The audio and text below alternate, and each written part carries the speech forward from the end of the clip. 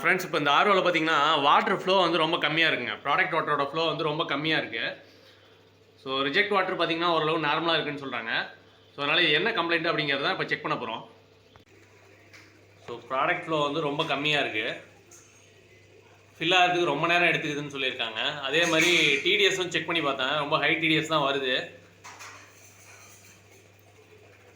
So இந்த மாதிரி problem வந்தால் என்னென்ன செக் பண்ணோம், எப்படி அட்டன் பண்ணுங்கிறத இன்றைக்கி வீடியோவில் பார்க்க போகிறோம்.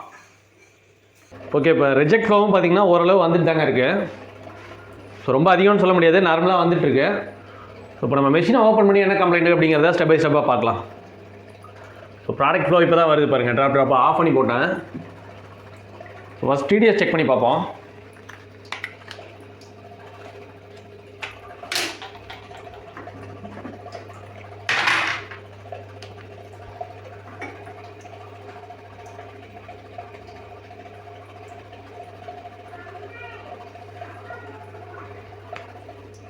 ஆக்சுவலி ப்ராடக்ட் வாட்டரோட டிடிஎஸ் பாருங்கள், 87 வருது, 88 வருது. இது பார்க்குறதுக்கு நார்மலாக இருக்க மாதிரி இருக்கும். பட் ரா வாட்டரோட டிடிஎஸ் செக் பண்ணுற பாருங்க. ஸோ 85 வருதுன்னு வச்சுங்க அப்ராக்சிமேட்டாக. இந்த ரா வாட்டரோட டிடிஎஸ் பார்க்கலாம்.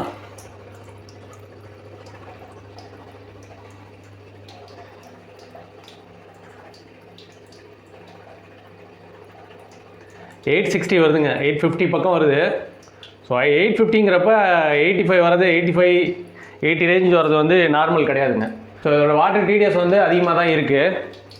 அது இல்லாமல் ஃப்ளோ கம்மியாக இருக்கிறதுனால கண்டிப்பாக வந்து வாட்டர் டிடிஎஸ் வந்து அதிகமாக தான் இருக்கும். ஸோ இப்போ மெஷினை ஆஃப் பண்ணிடலாம்.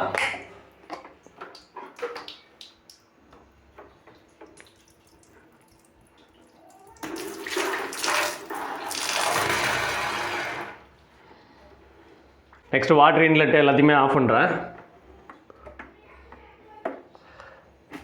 Inlet outlet hose,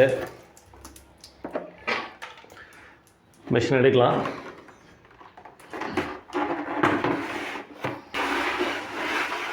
back side cover already கழட்டிட்டேன். ஸோ பவர் ப்ளக்கு கரெக்டாக எட்டுது. நம்ம இன்லெட் அவுட்லெட் வாட்டர் அங்கே கொடுத்தது வந்து இங்கே கொடுத்துக்கலாம்.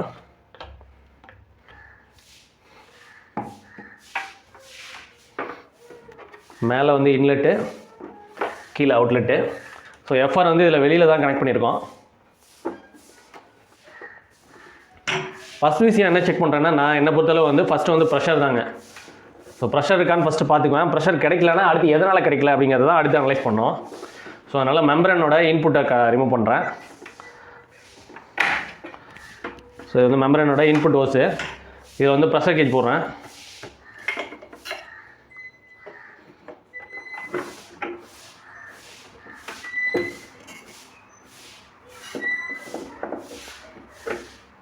ஓகே, ப்ரெஷர் கேஜ் தெரியும்னு நினைக்கிறேன். இது எஃப்ஆர் 450 தான். ஆக்சுவலாக எஃப்ஆர் கனெக்ட் பண்ணாமல் இப்போ ஃப்ளஷிங்கில் ரன் பண்ணுறேன். இப்போ பவர் ஆன் பண்ணியாச்சு, மெஷின் ரன் ஆக ஆரம்பிச்சிச்சு.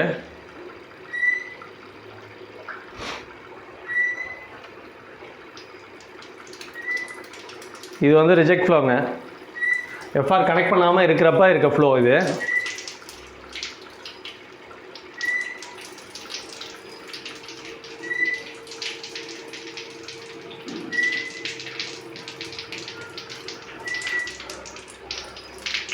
ஸோ ரன் ஆகிறப்பே பார்த்தீங்கன்னா ஏர் பபுள்ஸ் வர மாதிரி இருக்குங்க. ஏதோ ஏர் பிளாக்கிங் இருக்க மாதிரி இருக்குது. ஸோ நம்ம எஃப்ஆரை கனெக்ட் பண்ணி பார்ப்போம். எஃப்ஆரை கனெக்ட் பண்ணியாச்சு. இப்போ ப்ரெஷர் கேஜ் பாருங்கள், ப்ரெஷர் இன்க்ரீஸ் ஆகும். ஸோ இது வந்து எஃப்ஆர் கனெக்ட் பண்ணதுக்கப்புறம் வர ஃப்ளோ அண்ட் ப்ரெஷர் பில்டப் ஆகுதாங்கிறத பார்ப்போம். ஸோ ப்ரெஷர் வந்து இன்னும் 0லேருந்து மூவ் ஆகலை, இப்போ தான் மூவ் ஆகுது லைட்டாக. இப்போ தான் 30க்கு பில்டப் ஆகிருக்கு.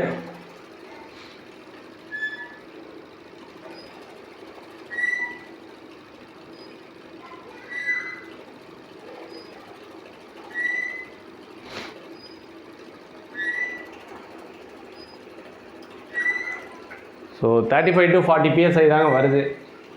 30 PSI தான் வச்சுங்களேன், 30 PSI தான் வருது. ஸோ இதுதான் கம்ப்ளைண்ட். இப்போ இதில் வந்து ப்ரெஷர் கிடைக்கல. ஸோ அடுத்து ஃபர்தராக நம்ம இப்போ செக் பண்ணணும், பம்பு ப்ராப்ளமா இல்லை வேறு ஏதாவது சோக்கிங் இருக்கா அப்படிங்கிறத இப்போ இனிமேல் தான் செக் பண்ண போகிறோம். இப்போ ஃபர்ஸ்ட் திங்க் வந்து நம்ம அடாப்டரை செக் பண்ணி பார்க்கலாங்க. அடாப்டரில் வோல்டேஜ் கரெக்டாக இருக்கா அப்படிங்கிறத பார்த்துக்கணும். அடாப்டரோட வோல்டேஜ் லோவாக இருந்தாலும் பம்போட ஸ்பீடு வேரி ஆகுங்க. வேரி ஆச்சுன்னா நமக்கு வந்து ப்ரெஷர் மாறும். ஸோ அதனால் அடாப்டரோட அவுட்புட் வோல்டேஜ் கரெக்டாக வருதா, கான்ஸ்டண்ட்டாக இருக்கா அப்படிங்கிறத பார்த்துக்கலாம். இது வந்து 24 volt DC adapter, 230 volt AC input, 24 volt DC output, 1.5 amps capacity இது.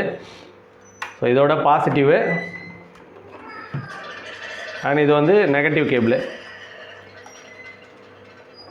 ஸோ ரெண்டும் லோடில் தான் நான் செக் பண்ண போகிறேன்.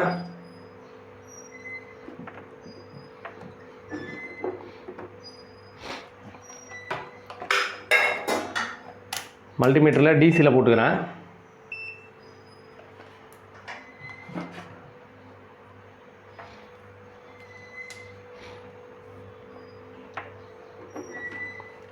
ஸோ இது செக் பண்ணுறப்ப சேஃப்டி முக்கியம். இது வந்து டிசி வோல்ட் தான், எர்த்திங் ஆகிறதுக்கு வாய்ப்பு கம்மி தான். பட்டு ஈரம் இருக்கிறதுனால நமக்கு ஷாக் அடிக்கிற ஒரு ஃபீல் வரும். ஸோ அதனால் முடிஞ்ச அளவு கை வைக்காமல் ஃபஸ்ட்டே வந்து ப்ரோபை செட் பண்ணிக்க வேண்டியதான். ஸோ ப்ரோபை வந்து நான் செட் பண்ணிட்டேன். இப்போ வந்து மிஷினை ஆன் பண்ணலாம்.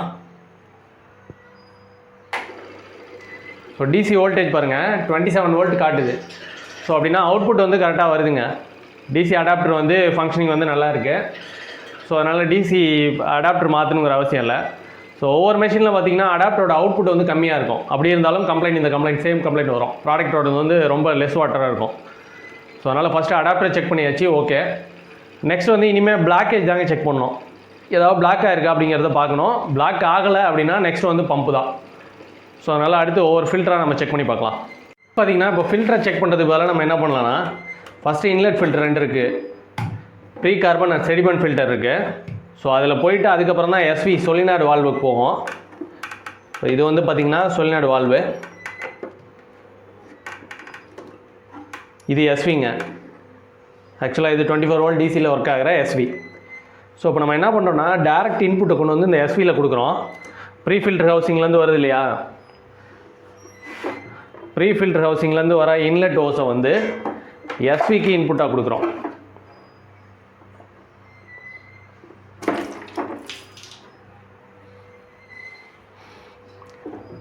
ஸோ இது வந்து எஸ்வியோட இன்புட் பாட்டு. ஸோ அந்த ஓஸை கழட்டிட்டு இங்கே வந்து டைரக்ட் இன்லெட்டை கொடுக்குறோம். ஸோ இப்படி கொடுத்தா என்ன ஆகுனா, இதுக்கப்புறம் ப்ரெஷர் கிடச்சிச்சு அப்படின்னா, பம்பில் ப்ரெஷர் இருந்துச்சு அப்படின்னா இந்த ஃபில்டரில் ஏதோ ஒன்று பிளாக் ஆகிருக்கு, செடிமெண்ட் ஆர் ப்ரீ கார்பன் ஏதோ ஒன்று அடைச்சிருக்குன்னு அர்த்தம். ஸோ அதனால் டேரெக்டாக எஸ்வி கொடுத்துருக்கேன். இப்போ மெஷினை ஆன் பண்ணி பார்ப்போம்.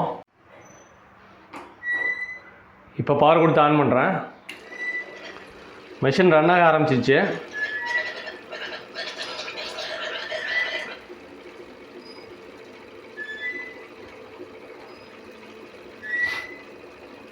இப்போ ப்ரெஷர் எப்படி பில்டப் ஆகுதுன்னு பார்க்கலாம். ப்ரெஷர் இப்போ தான் இன்க்ரீஸ் ஆகிட்டு இருக்கு பாருங்கள். இப்போ பாருங்கள் 60 PSIக்கு மேலே போகுது. கிட்டத்தட்ட 70 PSI வருதுங்க. அதே 450 FR, அதே மெம்பரனு. ஸோ இந்த 2 ஃபில்டரை வந்து ரிமூவ் பண்ணிட்டு டேரெக்டாக எஸ்வியில் கொடுத்துருக்கேன்.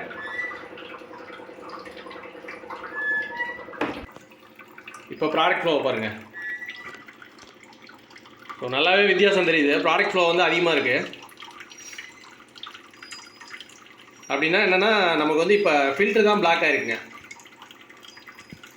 ஸோ இதில் பம்பில் எந்த பிரச்சனையும் கிடையாது, அண்ட் மெம்பரன்லேயும் எந்த பிரச்சனையும் கிடையாது.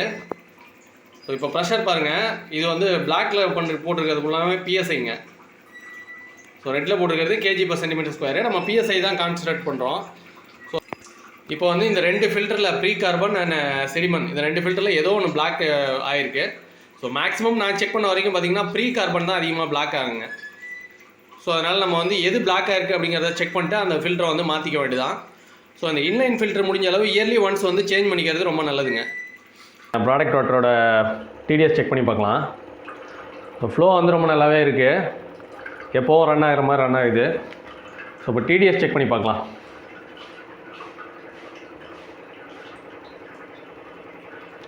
$40 வருதுங்க. ஸோ கிட்டத்தட்ட 95% ரிஜெக்ட் பண்ணுது. ஸோ ஸோ இந்த ரேஞ்சு ரிஜெக்ட் பண்ணால் தான் நார்மலாக இருக்கும் வாட்டர் குடிக்கிறதுக்கு. நம்ம ரா வாட்டர் டிடிஎஸ் பார்த்திங்கன்னா ஒரு 850 ரேஞ்சுக்கு வந்தது. இப்போ இதில் வந்து 40 தான் வருது ப்ராடக்ட் வாட்டரோட டிடிஎஸ்ஸு. ஸோ அதனால் மெஷின் நல்லாவே ரன் ஆகுது. நெக்ஸ்ட் ஸ்டெப்பு வந்து நம்ம இந்த 2 ஃபில்டர் இருக்கு இல்லையா, இதில் வந்து எது சோக் ஆகிருக்கு அப்படிங்கிறத அடுத்து நம்ம ஐடென்டிஃபை பண்ணுங்க. இது இன்லெட் வாட்டரு. ஸோ இப்போ நம்ம வந்து ஃபில்டரை வந்து செப்பரேட் பண்ணிடலாம். ஃபஸ்ட்டு செடிமெண்ட் செக் பண்ணி பார்க்கலாம். ஃப்ளோ வந்து இந்த சைடுங்க, இன்லெட் இங்கே கொடுத்தோம்னா இங்கே அவுட்லெட் வரணும். ஸோ ஃப்ளோ இருக்கா அப்படிங்கிறத இப்போ செக் பண்ணி பார்க்கலாம். இன்லெட் வாட்டர் கொடுத்தாச்சு. கேட் வால்வ் ஆன் பண்ணுறேன்.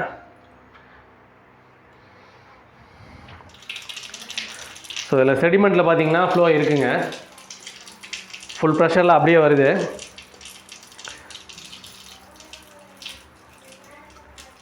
ஸோ இப்போ செடிமெண்ட்டில் எந்த பிரச்சனையும் இல்லை. அடுத்து கார்பன் ஃபில்டர் தான் செக் பண்ணி பார்க்கணும். மெஜாரிட்டி பார்த்திங்கன்னா அந்த ப்ரீ கார்பன் தாங்க பிளாக் ஆகும். செடிமெண்ட்டில் எந்த பிரச்சனையும் இல்லை.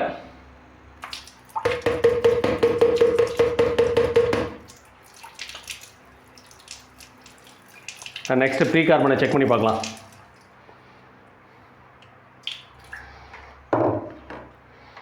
ப்ரீ கார்பன்லேயும் பார்த்தீங்கன்னா ஃப்ளோ இங்கே போட்டிருக்கு பாருங்கள், ஏரோ மார்க்கு. ஸோ ஃப்ளோ இப்படி தான் போகும். அதனால் ப்ரீ கார்பனில் இன்லெட்டில் கொடுத்துடலாம். கொடுத்துட்டு வால்வ் ஆன் பண்ணுறேன்.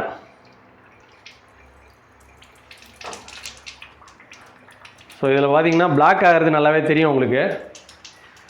ஏர் பபிள்ஸ் நிறைய வருது பாருங்கள். அப்படின்னா என்னென்னா இந்த ப்ரீ கார்பன் வந்து பிளாக் ஆகிருக்கு.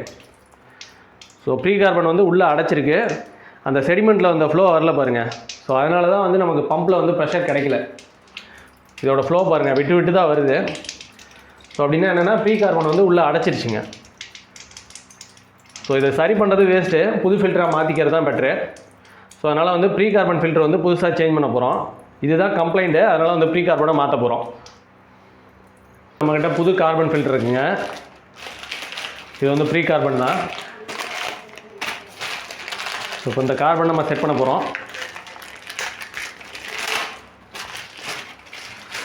இது மாத்திரப்போ எல்போ, பழைய எல்போ இல்லாமல் முடிஞ்ச அளவு புது எல்போவாக போட்டுக்கிறது நல்லது. இப்போ வந்து இன்லெட் கொடுத்து அவுட்லெட் ஃப்ளோ நல்லா வருதாங்கிறத செக் பண்ணிக்கலாம். இது வந்து ஃப்ளஷிங் பண்ணுற மாதிரிங்க. இது வந்து ஃப்ளஷிங் பண்ணுற மெத்தட் தான். ஸோ கார்பன் ஃபில்டர் ஃபஸ்ட்டே ஃப்ளஷிங் பண்ணிட்டோன்னா உள்ளே இருக்க கறி எல்லாமே வந்து வெளில வந்துடுங்க. ஸோ அதனால் புது ஃபில்டர் வந்து இன்ஸ்டால் பண்ணுறதுக்கு முன்னாடி வெளியிலேயே இது கார்பன்லாம் ஃப்ளஷிங் பண்ணிட்டோம்னா டேங்க்கில் வந்து கறி ஏறாது ப்ராடக்ட் வாட்டரில்.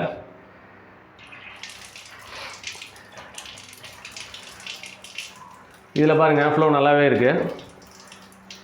பட் அந்த பிளாக்கான ஃபில்டரில் பார்த்திங்கன்னா தண்ணி வருது, பட் அடைச்சி வந்துட்டுருக்கு. ஏர் பிளாக் ஆகிருக்கு, பபுள்ஸ் நிறையா வந்தது.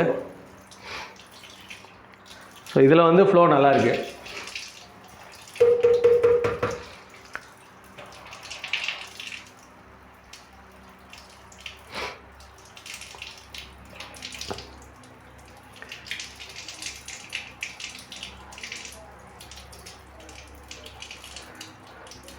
ஓகே, நெக்ஸ்ட்டு யூனிட்குள்ளே ஃபிக்ஸ் பண்ண வேண்டியதான். ஓகேங்க, இப்போ வந்து ஃபிக்ஸ் பண்ணியாச்சு. ஸோ இப்போ இன்லெட் வாட்டர் கொடுத்து செக் பண்ணி பார்க்கலாம். எஃப்ஆரை கனெக்ட் பண்ணியாச்சு. அந்த எஃப்ஆரோட ஃப்ளோ பாருங்கள், ஃப்ளோ வருது. அடுத்து ப்ரெஷர் பில்டப் ஆகும் பாருங்கள். ஸோ இப்போ ப்ரெஷர் பாருங்கள், ப்ரெஷர் இன்க்ரீஸ் ஆகுது.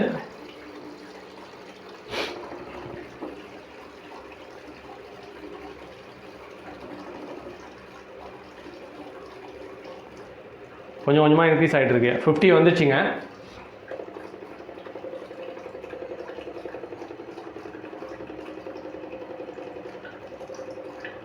அபோவ் 60 போயிடுச்சு. ஸோ இந்த அளவு ப்ரெஷர் கிடைச்சாதான் மெம்பரன்லேருந்து அவுட்புட் நம்ம எதிர்பார்க்குற அவுட்புட் ஃப்ளோ கிடைக்குங்க. ரிஜெக்ட் வாட்டரும் சரி, ப்ராடக்ட் வாட்டரும் சரி. ஸோ இந்தளவு பூஸ்டர் பம்பில் வந்து ப்ரெஷர் இருக்கணும். இருந்துச்சுன்னா தான் நமக்கு வந்து தண்ணியோட டேஸ்ட்டும் நல்லா கிடைக்கும். ஸோ அதனால் ஃபஸ்ட்டு பம்ப் ப்ரெஷர் தான். நம்ம எந்த கம்ப்ளைண்ட் இருந்தாலும் ஃபஸ்ட்டு பம்போட ப்ரெஷரை ஐடென்டிஃபை பண்ணிக்கணும். நெக்ஸ்ட்டு வந்து ப்ரெஷர் கேஜெலாம் கழட்டிட்டு கவரை போட வேண்டியதான்.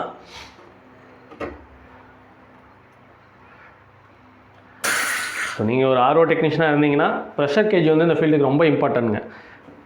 ஸோ அக்யூரேட்டாக வந்து என்ன கம்ப்ளைண்ட் அப்படிங்கிறத கண்டுபிடிக்கிறது கண்டிப்பாக அந்த ப்ரெஷர் கேஜ் வேணும். ஸோ எக்ஸ்பீரியன்ஸான ஆளுங்க ஓரளவு கண்டுபிடிச்சிருவாங்க. பட் இருந்தாலும் ப்ரெஷர் கேஜ் இருந்துச்சுன்னா 100% வந்து என்ன கம்ப்ளைண்ட் அப்படிங்கிறத நம்ம ஐடென்டிஃபை பண்ணிடலாம்.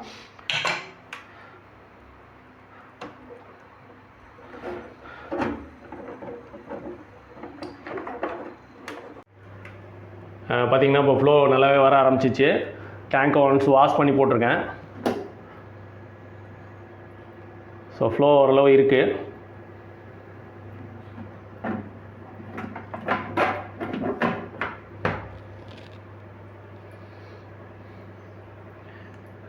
டிடிஎஸும் ஓரளவு கம்மியாக தாங்க இருக்குது.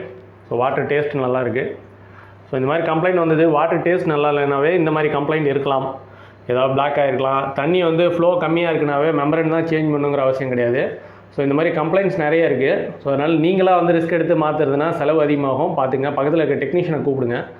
ஸோ இந்த மாதிரி ரிஸ்க்கான அதாவது சின்ன சின்ன நம்ம இந்த ப்ரீ ஃபில்டரில் இருக்க ஸ்பன் ஃபில்டர் மாற்றணும், இந்த மாதிரி ஏன்னா பண்ணிக்கலாம். பட் உள்ளே வந்து என்ன கம்ப்ளைண்ட்டு அப்படிங்கிறதே தெரியாமல் எடுத்த உடனே மெம்பரேனோ பம்போ மாற்றுறது வந்து நமக்கு அதிக செலவு உண்டு பண்ணிடும். ஸோ அதனால் ஒரு நல்ல எக்ஸ்பீரியன்ஸான டெக்னீஷியனை வச்சு பார்த்துங்க. ஸோ அதான் பெட்டராக இருக்கும். ஓகே ஃப்ரெண்ட்ஸ், இந்த வீடியோ உங்களுக்கு ரொம்ப யூஸ்ஃபுல்லாக இருக்குன்னு நினைக்கிறேன். இந்த வீடியோ பிடிச்சதா லைக் பண்ணுங்கள், ஷேர் பண்ணுங்கள். இது வரைக்கும் நம்ம சேனலை சப்ஸ்கிரைப் பண்ணாமல் இருந்தீங்கன்னா மறக்காமல் சப்ஸ்கிரைப் பண்ணிட்டு கூடவே இருக்க பெல் ஐக்கானை ப்ரெஸ் பண்ணுங்கள். அப்போ தான் நான் போகிற வீடியோஸ் வந்து உங்களுக்கு ஒன்று நோட்டிஃபிகேஷனாக வரும். அடுத்த ஒரு யூஸ்ஃபுல்லான வீடியோவில் பார்க்கலாம். தேங்க்யூ.